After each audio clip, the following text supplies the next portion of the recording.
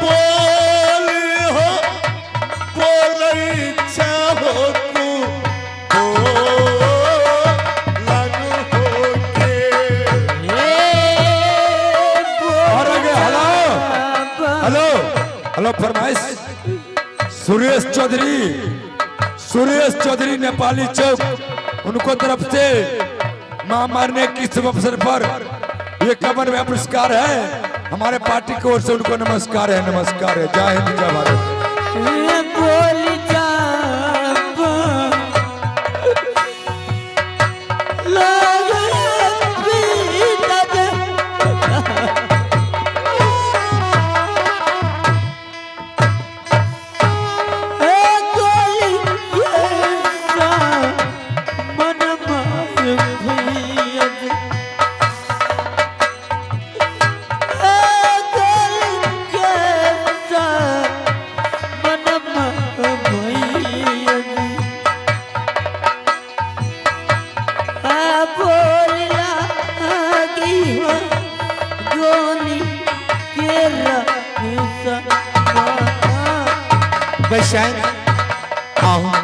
पिताजी कहीं आप हम दोनों भाई से झूठ तो नहीं बोल रहे हैं? नहीं, मैं सच कह रहा हूँ बेटा से। और बसंत तुम्हें नहीं विश्वास होता है, चलो तुम अपनी माँ को शक्ल को पहचान के देखो। हाँ क्यों ना, चलिए जल्द से जल्द चलिए ना। हो या जुदी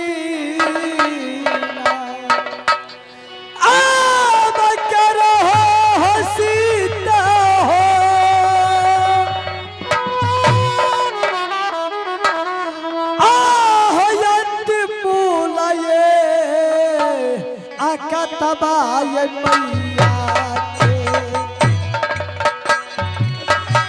आयत बुलाए तबा हो बाबू आयत बुला हो ओ तबाय मैया के रखा बसंत लग रहा है माँ अक्सर बीमार रहती थी ना, माँ सोया। चलो चल के उठाते हैं, चलिए ना जल्द से। चलो आओ माँ उठाओ बसंत। माँ उठो, दिखाओ तेरा बेटा आ गया। ओ माँ माँ मैं आ गया। माँ ओ माँ माँ माँ माँ माँ बसंत माँ अब इस दुनिया में माँ नहीं है बसंत।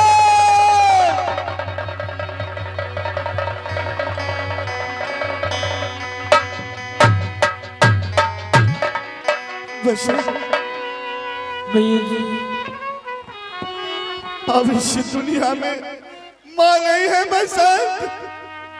अब किसी देखा से भोजन माँ उठो ना।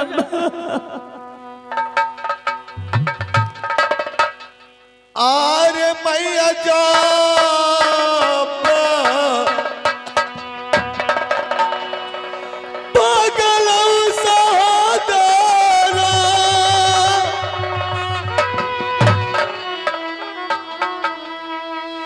और स्वर्ग के बस होता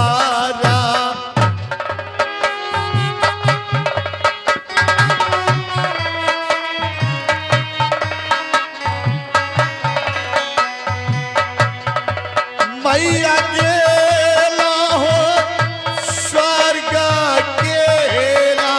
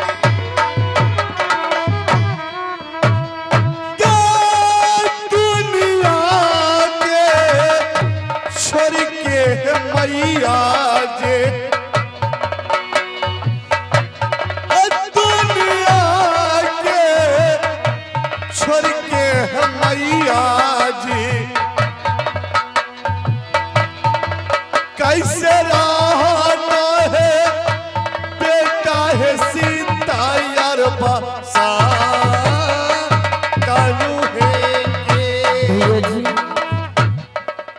भैया जी अवश्य अब क्या करेंगे? माँ तो चली गई मुझे छोड़। बशंत नहीं बशंत, अब जो है मैं तुम्हारा साथ हूं ना बसंत।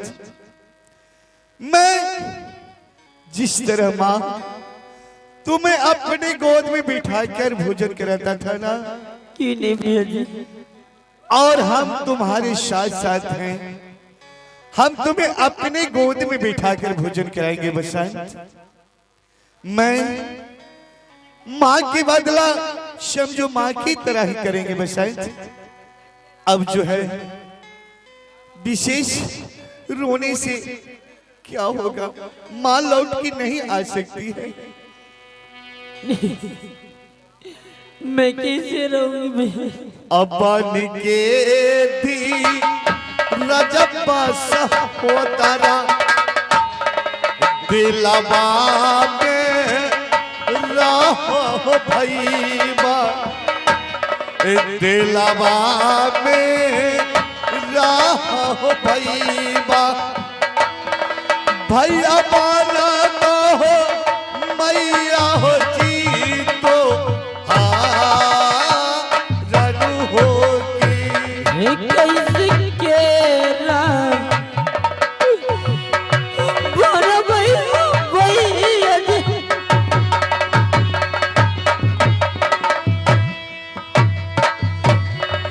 दिलवा में रजबा सहोदरा,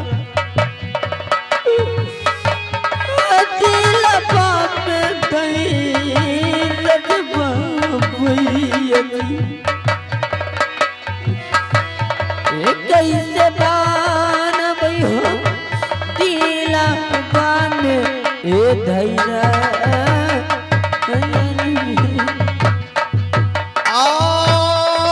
जैसे के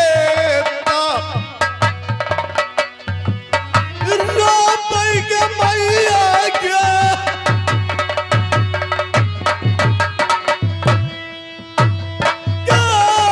बन के को इलिया के मैया जी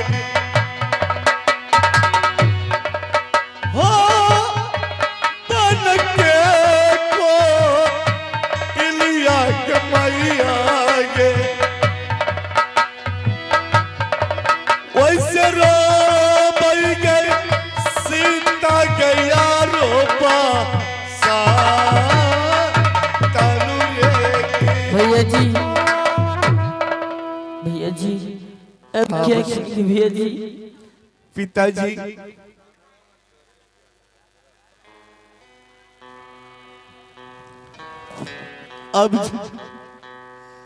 अब क्या होगा पिताजी? सुनो शंकर, सुनो शिव और बसंत, हाँ तुम दोनों भाई बहन को, दोनों भाई को मैं जिस तरह तुम्हारा एक मान मर गया है, क्यों ना मैं तुम्हारा पिता तो जीवित हूं ना। माँ का प्यार मैं तुम्हें दूंगा दोनों भाई को, और जिस तरह तुम्हें माँ ने भोजन कराता था ना, उसी तरह मैं गोद में बैठा करके, मैं अपनी गोद में बैठा करके दोनों भाई को भोजन कराऊंगा, और माँ के प्यार मैं ही दूंगा। पिताजी हाँ ठीक है, चलिए आज से माँ और पिता दोनों आप ही हैं ना। हाँ क्यों हम नहीं? दोनों भाई के लिए आप ही सारा इस संसार है। मैं चलिए अब क्या किया जाए पिताजी। सुनो शेर, अब चलो इस बेचारे को लेकर चलो जमुना की तट, इसी संस्कार कर दिया जाए। क्यों ना? क्योंकि जो मनुष्य को आत्मा चोला बदल जाता है, हाँ। उस मनुष्य को महल के मकान के अंदर नहीं रखा जाता है। इसे लेकर के चलो शमशान और इसे संस्कार दे दिया जाए। क्यों ना चला जाए यहाँ से। द्वारपाल और क्या होना बिगारी जी,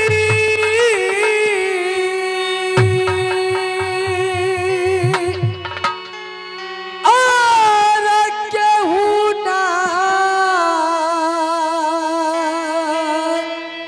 बिगारी जी, अरे राम ना बिगड़ी है जगह, आर के ना बिगाड़ी जी, अरे ना बिगड़ी है जगह।